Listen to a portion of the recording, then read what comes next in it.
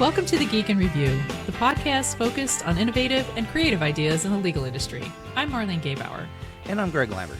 And this week, since Marlene, you're back, I think the entire month of June you were off, and so we're into July Between you now. and me, yeah. So we decided we were just going to do a sit-down, one-on-one, kind of catch back up on some things that have been going on and a number of things that we've just kind of run across recently. Yeah, just sort of have a little catch-up session. So, Yep. Very good. So we thought we'd sit down, we talk about things, ranging from giving ourselves some really well-needed vacation time, right, to the number of AI lawsuits that are going on and other interesting stuff that we're seeing in regards to innovative and creative ideas in the legal industry. So this kind of feels like our old segment, and I think I'm going to put some little reverb when I say it. So. Yes. So we used to have a segment that we called Inspirations. Oh my God, I forgot about the reverb. That's great. Yeah. So let's start with an easy topic and brag about our vacation experiences. I'll let you go first, since you went off to I think our 50th state, Hawaii. That's right. I went to Hawaii, and both of us had some. We put some distance. We put some miles on the airplane. So yeah. But I went to Hawaii with my family, and we were in Oahu. So we spent about a week there. We went and it was great because the boys were actually totally into it, and they were actually off their phones for a period of time. So that was nice. And we had conversations and things, so that was good. We went to Oahu, like I said, and we went to Diamond Head. We went to I can't remember the names of a lot of things, but it's a blowhole in Hawaii, which is nearby. Greg, I think I shared the pictures with you that it says, don't go beyond this point. Yes. Yeah. And we went beyond that point. So we got up close and personal and got some great pictures. We went to a couple of beautiful beaches. Of course, we checked out Waikiki too. And then we went to a preserve, a nature preserve. It's basically a bay, very shallow, but lots of coral, lots of water, aquatic life. So got lots of wonderful pictures of the different fish and wildlife that live there. I got bit by a triggerfish. You got triggered by a triggerfish? The triggerfish got triggered by me. I mean, that's a thing there. They're beautiful, but they can be aggressive, and I think I might have gotten a little too close to mama and the eggs. So when I was very enthusiastically taking pictures. So anyway, I survived, no scars, and I'm trying to think what else that was cool. So good food. So we really loved the shaved ice. We just couldn't get enough of the shaved ice. Every day we would get the shaved ice in tropical flavors, and it was just absolutely delicious. My son has some dietary restrictions, so we were on the lookout for things that weren't gluten-free. So he found this dish. It's basically French fries and hot dogs. Cut up. And so he was eating that pretty much every night for a while. And let's see if I remember. It was essentially, what's it called? The purple potato. Purple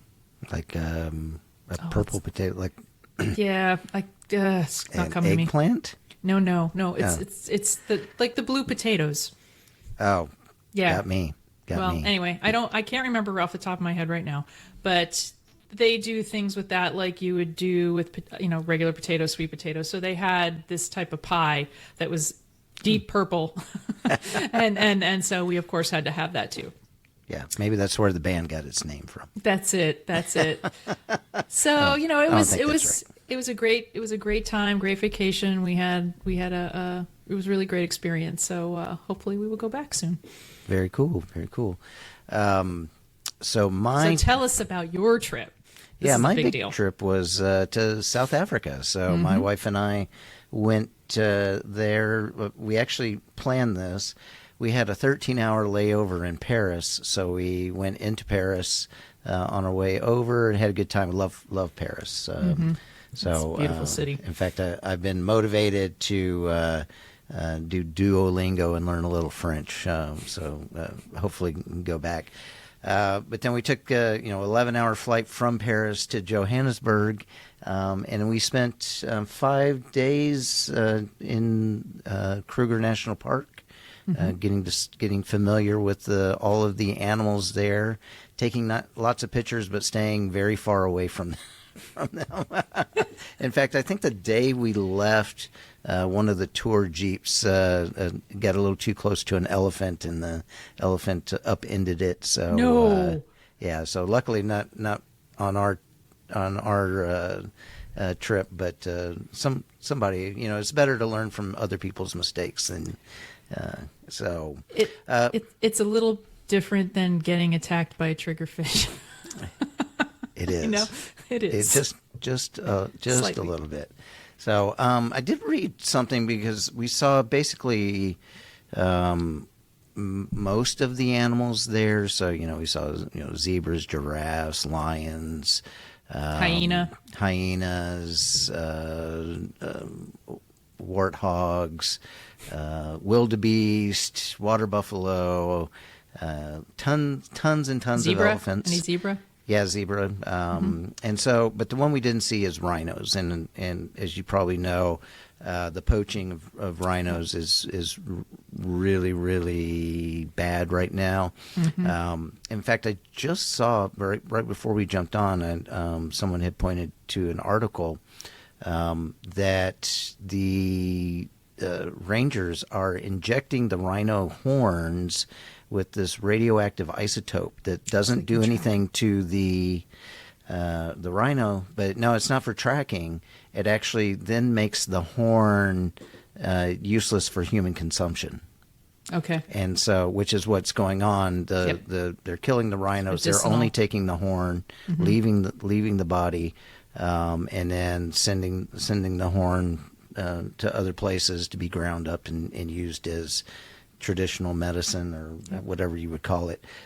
So they're hoping that I think they are getting, because the three countries that the Kruger National Wildlife touches are working together to try and stop the poaching by both with the police action within the park to monitor and apprehend poachers, and two, injecting money into the local communities to make it, because it's not, I think they get less than like $1,500 for a horn. Yeah, try and make it less lucrative. Yeah, and so $1,500 doesn't sound like a lot to you and me, unless it's a car repair, then it sounds like a lot. Let's not get started on that. But for some of the people there in the areas around the park, $1,500 is a lot of money. So they're trying to get rid of that. Let me think. Beer-wise was not great. See, I love how you go to beer first, and then food. Well, priorities, Marlene, priorities. I understood. Beer was very, traditional, kind of almost like a Budweiser. Heineken was the big beer, and then they had like Black Label. Windhoek was another one, a couple of others. I did not partake. A group of ours closed the bar one night, taking a bunch of Jägermeister shots. Oh, yeah. I don't do Jägermeister since the incident, and so exactly. So I think we all have one of those. Yeah. I am not in college anymore, so I feel no need to do that. So had a great time. If anyone's ever thinking about doing it, we did a bus tour. Not necessarily for everybody, but we liked it because, one, they drive on the left-hand side of the road in South Africa, so I didn't want to drive and learn how to navigate that. And then you could watch things as you were going from place to place, or you could take a nap. So it was really nice. Have options, like you said. Yeah. Now, I had one other thing that I wanted to, besides South Africa, that I wanted to talk about is just to show you what I guess maybe this is putting the nerd in the Geek and Review, but I went. My wife and I travel a lot on the weekends. She's working on her doctorate in education, which means a lot of reading, a lot of writing, and it was killing our weekends because her assignments are always due on Sunday. So we cut a deal where I would drive. We would go drive around the state of Texas, which is pretty big, and we would do 1 day, 2 day trips. And so we went to a state park, and we found that there's a map of Texas that has all of the state parks, but they're scratch off. So each one, as you go, you scratch off the little silver layer, and it's kind of a purplish, at least the one we did this weekend. So there's 80 some odd, I think it's 85 or 88 state parks. And so that's our next endeavor is we're starting from scratch, even though we've been to a lot of them. Start from scratch. And then knock one or two out, a month, and so got something to do for the next 5 years. And I think you've done one already, right? Yeah, we did. What did we do? We did Stephen F. Austin State Park, which is kind of between Houston and Austin, closer to Houston. But nice park. Gave us some camping ideas. That's great. State parks are such a fun place to do, and we bought the annual pass, so it doesn't cost us anything other than our time and annual pass and gas money and the annual pass. So which was not. But the annual pass is actually worth it. I mean, if particularly if you're going to be doing this, it is definitely worth it. Yeah, I didn't know about the scratch. Oh, so go ahead. I was going to say I think the annual pass was, I think it was $80. Yeah, that's about right. So basically $1 a park. Yes, totally worth it. I didn't know about the scratch off map. I will have to check that out. I mean, I've been to a number of the Texas state parks already, but I haven't had the opportunity to scratch things off, so I might have to go check that out. And speaking of camping, yours truly is going to be roughing it in about a week. So we'll see if I come back. But truly roughing it, sort of hike in, hike out type of camping. Yeah, I've never done that before. So, I was this many years old when I started, and not in Texas, in a different place. I'll leave that a surprise. So nice. Well, hopefully it's cooler. Hopefully it's cooler where you're going. It will be. I'm looking at my watch. It's 97 degrees out in Houston. My only worry is that Hurricane Beryl will screw everything up. I'm hoping not. Yeah, it's very possible. So we'll see how that goes. So, all right, you ready to dive into some geeky news about AI, legal tech? I think so. All right.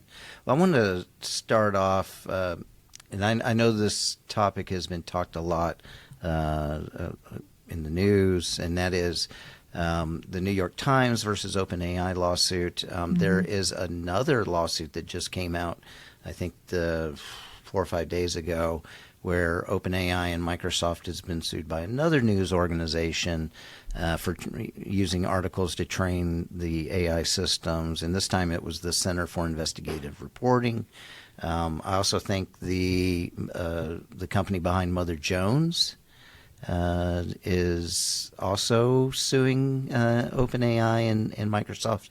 So it's really interesting, and not so much. I think most of us understand the reasoning that the New York Times and the Center for Investigative Reporting and Mother Jones is suing them is that fact that there's this copyrighted material that they have, and everyone knows, even though I don't think the AI companies are boldly coming out and saying it, but everyone knows that that content has been ingested and part of the large language model.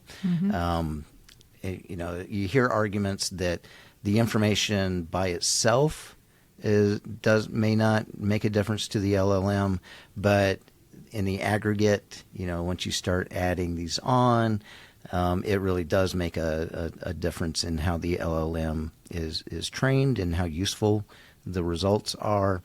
And so these companies OpenAI, I think, has cut deals with other publishers, and so I think the publishers themselves are lining up I think to get their deal cut with them. It's starting to be like, okay, you can use this, but there's a price, and they have to pay. Yeah. So. Well, one of the things that, and the reason I said I want to kind of attack this a different way. Last week I ran, since I was on vacation, you were on vacation. I kind of cheated and I used well, I was on vacation. You were on vacation. The editor of this podcast was on vacation, so so he cheated. That would be me. And I used one for the firm that I worked for had produced, which I found very interesting because it talked about government policy when it comes to these AI tools. And one of the things, and this was Travis Wusow, who works at the firm with me, and then he was on with someone that he had worked with at a kind of think tank process, Neil Chilson. And Neil has continued working for these think tanks to help set government policy. And the one thing that they really talked about is that, one, it's hard to have policy with the government that we have right now. And so I won't dive too much into that, but there seems to be a lot more performative government than there is of substance government and when it comes to regulation on this. But also they pointed out the fact that until these lawsuits themselves get settled, that it may be premature to have any type of specific policy that governments have. And of course, every state is coming out. Texas has its own policy. Colorado just there's a lot of movement in this space, and so sort of setting something is it might be too early to do that until they sort of see how it all shakes out, and what's sort of the primary outcome. Yeah. So if people skipped last week's episode because it did not feature you and me. You need to watch this. This is for homework before this one. So listen to that one because it was really interesting when it came to policy, and they really kind of get into where they think it's heading as well as where we are right now. But I wanted to expand upon the New York Times and the actual print publishers, newspaper publishers, and magazine publishers. And I want to also talk about, and we featured this a few weeks ago on the pod, is the music generating AI tools. Because there's Udio and Suno that, again, I don't think it would surprise anyone to realize that here's these two companies that have basically taken an entire catalog of music and created an AI tool. The argument again is to actually make music that sounds like people, right? Yeah. I mean, I can see it. And there I've heard versions of like the Bee Gees and ABBA and some other ones that do sound a lot like ABBA. But most of the time, it's kind of it's close but not the same. So it's not like reproducing an exact version. It's going to put tribute bands out of business. Yeah. Well, I don't know. It's still nice to dance around to a live band than it is to somebody. The DJ playing some AI music. Well, I mean, speaking from personal experience, I mean, having live ABBA, even with the Houston Symphony, is actually pretty fun. It is. It is. Go out and support your local music, even if absolutely, everybody. Bands. So, but it's interesting because if you kind of break this down. Thanks. Sorry, I almost lost my mic there. So if you kind of break this down, well, think of it this way: let's think Napster, right? Mm-hmm.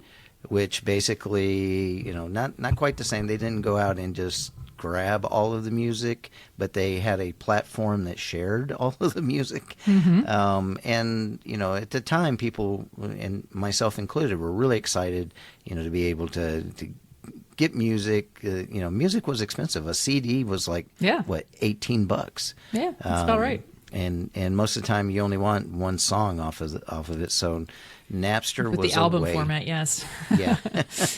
But really, because of this, and Napster, of course, being shut down, but the whole process of streaming music suddenly became as a result of that.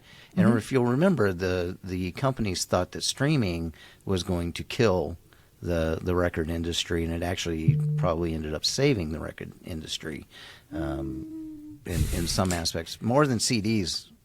Yeah, I mean, I think a lot of artists are like not happy with some of these platforms because they don't get paid enough. Right. And I mean, unless you're someone who can leverage your fame, then I think you do very well. But but I mean, also technology has made it easier for people to just create their music and put them up on streaming services. Like you don't need all of the the expense, the backing in order to make music and get it out to people. So there's a benefit.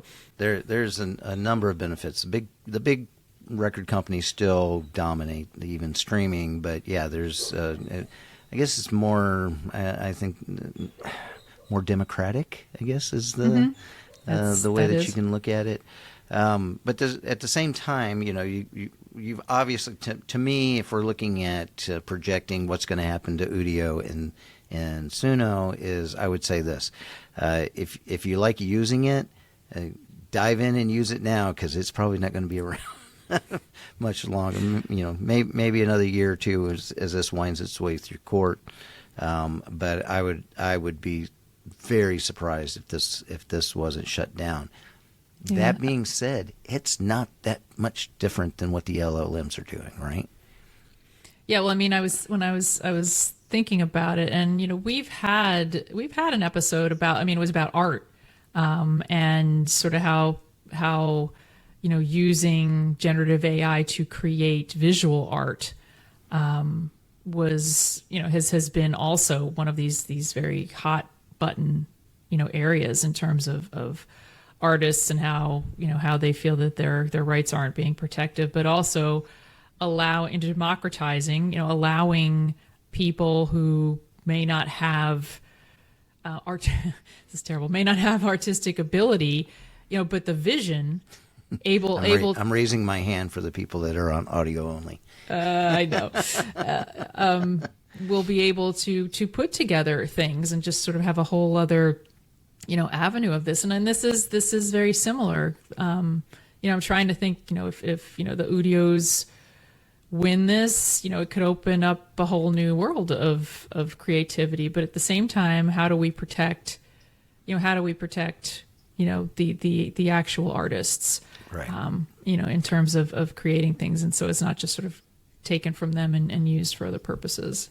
Yeah, and one of the things that's being pointed out, and you're seeing it with TikTok, you're seeing it with YouTube, is that they are licensing again with the studios to use the music. Mm-hmm. It's not like I think YouTube I think they may be trying to figure out a way to do this music generation tool, but right now they're licensing it more for the YouTube Shorts and, of course, the TikTok videos, to where you're using 15, 30 seconds of a song and not the entire thing. The music industry, again, one of the things that has been very interesting, especially with TikTok, even with all of its issues, is that there are songs that are charting again that haven't charted in 20 years. So it's really interesting to see kind of this people rediscovering music through this short video platform. So again, it's really interesting to see kind of the offshoots and the I think unintended benefits that happen from this, and the way that people think differently about the way art is kind of conceived and shared. So Yeah, really, I mean, really interesting. Yeah, I can just say, I mean, just from experience, like, my kids find music that they probably wouldn't have found otherwise through TikTok. Older things or something where they were like, oh, I didn't know about this, and then we get to talk about it. And I mean, maybe what you're raising in terms of music generation. I mean, maybe that's the way these guys come out is that, okay, it's a music generation tool. You have to pay a subscription fee for it in order to use certain things, and that way, it's accessible, but people get paid. No. Yeah, no. I agree. It's just so interesting because imagine, if you mean you can make your music on your own, like there Right. are plenty of ways to do it for free. And I mean, there's plenty of people that, are on TikTok or Insta or whatever that tell you how to do it. But if you don't want to do that, you want to make your own with some help, from Taylor Swift or whoever, then you have that option. Yep. All right. Well, I wanted to. I think we'll leave the being sued. What's and next? Let's talk about some interesting tech that we've run into, or some stories that you ran across. I am going to be quiet for a minute because I think I have been a little too much out in front with these stories. So I saw you ran across an image maker that has a little different spin on it. Yeah. Hang on one second. I'm just like pulling up some stuff here for a sec for it. Okay. So I have been talking to you, this. I've been talking to you for a little bit now about how I want to do a comic for the Geek in Review. Just have a strip, like maybe once a week or something like that. That's probably too much. Once a month, maybe. Yeah. Love to do it once a week, but maybe once a month. So I've been talking to you about I want to do something like that. So I found this it's Comics Maker AI, and it looked like it was pretty good. And so I started playing around with it, and they have different types of genres of comic. They have superhero comic, they have traditional comic, they have golden age comic. It's like they have all different ones that you can choose. So you can choose like a format, and then you can upload a picture, you can offer a description of yourself, and it will generate images. And then from there, you can, they have formatting for a strip where you can basically insert people and thought bubbles or speech bubbles and things like that. All right. Right. So how did it turn out? Well, I looked at, I believe it was the traditional comic, and I'm actually pulling up the picture now. I know I sent it to you. And for the YouTube people, I'll put a picture on it. But oh my God, just please don't. We'll start with that one. Please don't put the bad one up. Well, don't. I'll decide which one you put up of me. Okay. So all right, I won't show any more then. It's like I started with Greg, and Greg can show that one. Greg looks perfectly normal. Okay, he has a polo shirt on. He has a jacket. He has like rolled up sleeves. He's got a pair of slacks or jeans or something on. Yeah, this is how I dressed in 1985. But when I do it, and I tell you, I mean, I had to really mess around with this a lot, and just getting more frustrated as more and more I went on. Like the first one, I'm wearing like a dress from maybe the 1930s that like a little girl would wear. It's like, no. And you look like Annabelle from the horror film. Terrific. That's awesome. And then the next one I have, it looks like I'm Hermione Granger. Okay, I got a tie. I got like a long jacket, a pleated skirt, and a vest with like loafers and ankle socks. It's like, really? Yeah, that's like a double pleated. Yes, there's a pleat on a pleat. A pleat on a pleat. Many pleats. Many pleats. And then the last one, I don't even know what this is. Like, I look Is this like the one with like a backpack? This looks like I'm going camping. Okay. I mean, I have blue hair, but I did that on purpose. That was legit. Okay. But well, maybe this gives you some ideas when you go camping next week. yeah, I'm gonna wear the gloves. I'm gonna wear the rubber gloves. Yeah. Because they look like rubber dish gloves. They do. And I'm gonna make sure that I wear my pants like rolled up to my knees. Mm-hmm. And let's see. Oh, I do have hiking shoes on, and I do have socks that are high enough so you don't get ticks on you. So that's good. Yeah. It might work for camping. Your shins are a little exposed. Mosquitoes are going to get you. That's true. I need to roll them down a little bit. But yeah, so I am. This is still a work in progress. I am not happy with what I have been given, but I will continue to try. Yeah. Well, I can tell you one thing. You need to untuck your shirt. And because you're not wearing a belt, come on, Marlene, jeez. I'm sorry, they didn't train the AI correctly, so. Next thing you know, you'll be wearing a white hat after Labor Day. That's right, white shoes after Labor Day. That's right. That's right. Right, but you saw one. It was called Hedra? Hedra. So yeah. This one, I've only played around with it a little bit. I posted a sample of it on my LinkedIn page. And I was actually in South Africa when I was doing this. So my wife and I were at breakfast. We spent a couple of days in Johannesburg, and we were taking it easy. So I was at breakfast. I ran across this thing from a story I was reading. And then, so I took a still picture of myself while I was eating breakfast, and you can do a couple of things with it. One, well, actually, you can do a number of things.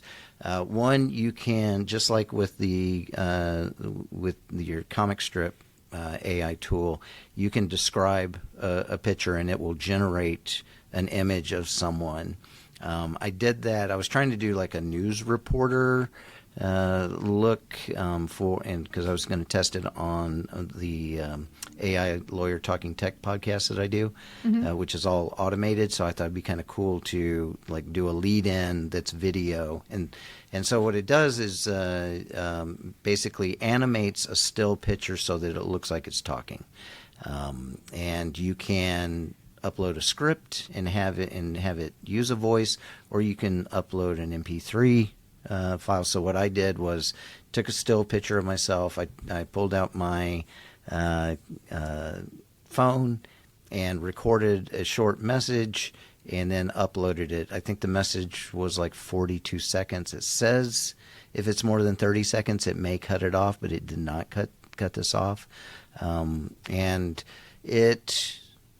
you kind of move a little bit. Your head kind of moves a little bit. Yeah, you're like a talking moves. head. You're like Max Headroom. Yeah. And then, and it blinks. And that's where, when I posted it on LinkedIn, it was the blinking, I think, that everyone was like, that doesn't look right. Yeah. I have an idea. Go ahead. Oh, go ahead. No, I want to hear your idea. I have an idea. All right. So we do have a friend of ours who had suggested we do a totally AI generated podcast, and then we do it for real and we compare the differences. Mm-hmm. So this is sort of an add-on to that. We, as part of the AI podcast, we have us using it in Hedra, and give it the AI script, and so we have completely generated people doing a completely generated script, and then see how that compares. Oh boy, that would be fun. That would be it fun. Sounds fun. But I want to see what happens. I have my doubts on how well that's going to work. I don't think we're going to be replaced anytime soon. So that's good. I don't think so either. Mm-hmm. I move a lot more than what the picture does, I think. Yes, you do. So, but yeah, Hedra. I think it's Hedra.com, Hedra, and then right now it's free. So if you want to get out there and test it. Okay. Well, I got another one too. And this is for all the people out there who really love Excel. And who doesn't? I mean, and who doesn't? Like, because it's so easy to use. Well, Ryan McLeod had an article on 3 Geeks a couple of weeks ago. Yeah. They talked about. Remember the first time you sorted a column in Excel and it worked, and you thought that is pure magic. Yeah, total magic. Well, I got some more magic to lay on you. So there is something that I heard about. It's called AI Excel Bot. Okay. And so what you do is you write, I think you might be able to speak it, but I know you can write it. You basically write text instructions and it will give you the formula that you need. Ooh. I know, right? Yeah, because that's where I still Google Excel expressions. It's like, how do you do this? So this basically, and it's free. At least it's to a certain level, it's free. And you can, like it'll be sum column A when cell B10 equals the word hello. And then it's like equals, all caps, sum if, parens, B10, comma, parens, hello. I'm not sorry, not parens. Quotation marks, hello, end quotation, comma, A, colon, A, close parens. And easy for you to say. It's easy. It's well, easy for the AI to say. Easy for the AI to say. And I, for all of those people that are a little nervous about using Excel, this could be a real help aid. I wonder if the VLOOKUP commands are you have to pay for that. VLOOKUP. Oh I don't know. Gosh. I may pay for that. I could pay for that. So. Yep. Oh, very cool. Very cool. So what kind of practical applications do you think this has for the audience? Anybody who uses Excel, if you're doing budgets, if you're doing, large spreadsheets, complicated spreadsheets, and you need to, you just need to manipulate data. I think all of us do that. Interesting. And the other thing it will do is it'll explain a formula too. So if you have the formula and you don't know what it is, you can basically have it, you plug that in, it'll tell you in plain language what that is. Very cool. Yeah. All right. So my last story is actually another podcast, and at some point I think Bob Ambrogi and us, and then Chad Main from Technically Legal, we need to do like a joint podcast where it's like we should do that. Maybe we do it where End it's of like year. the whole episode goes across all three podcasts. All right, so this is another project. We have the Gen AI one, and now we have this one. And okay. now we've got the 3-part series.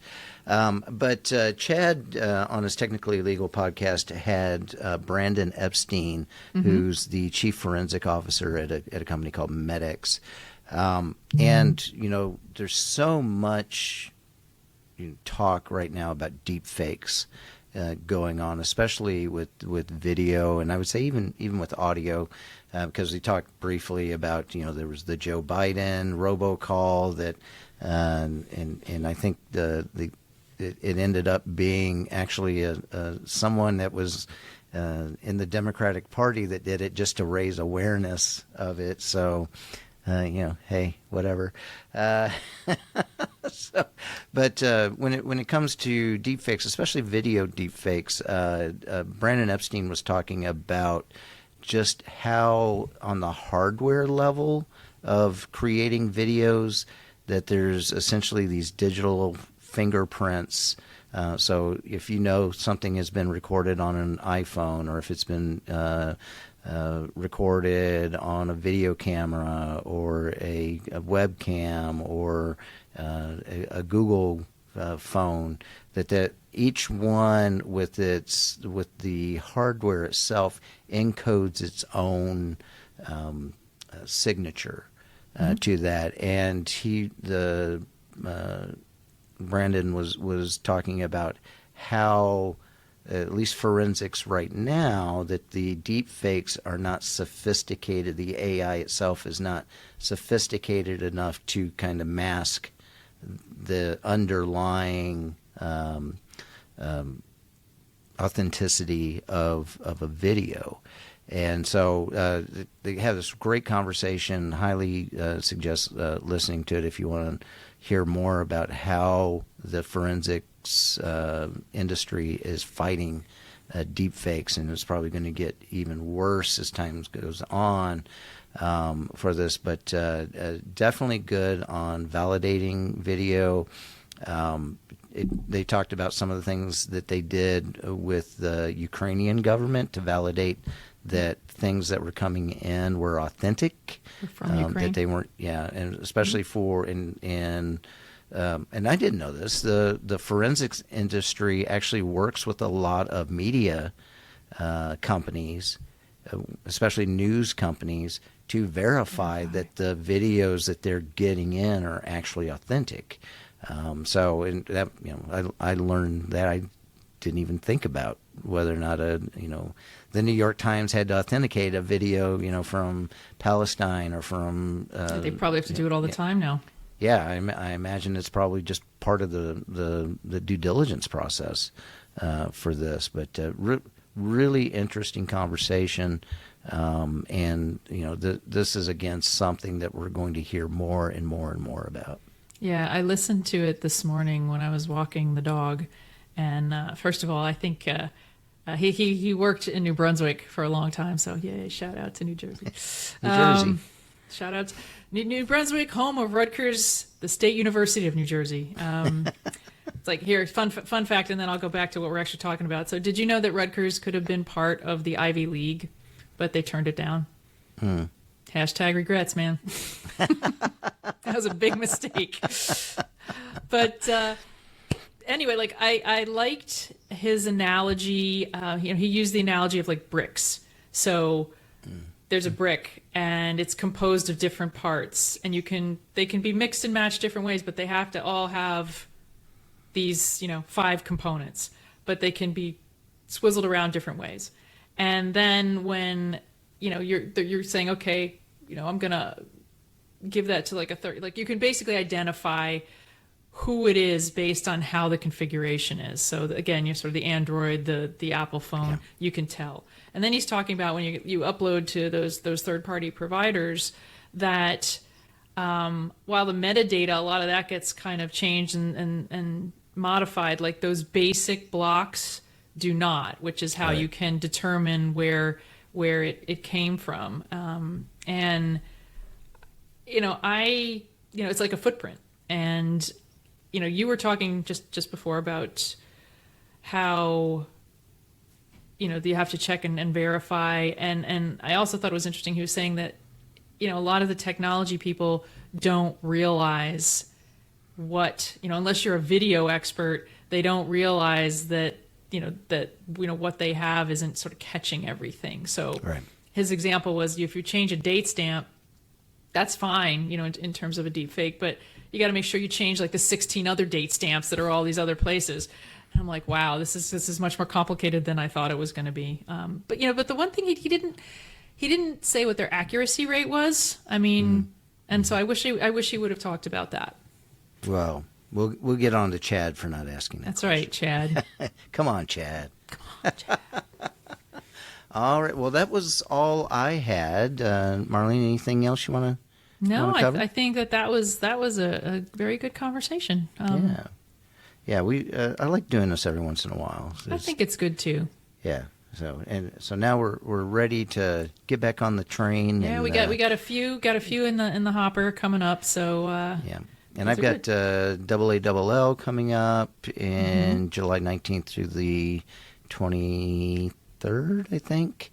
And then are you doing ILTA? I don't know what my schedule is at the moment. All right. Yeah, I think AALL is the only thing I officially have until like November.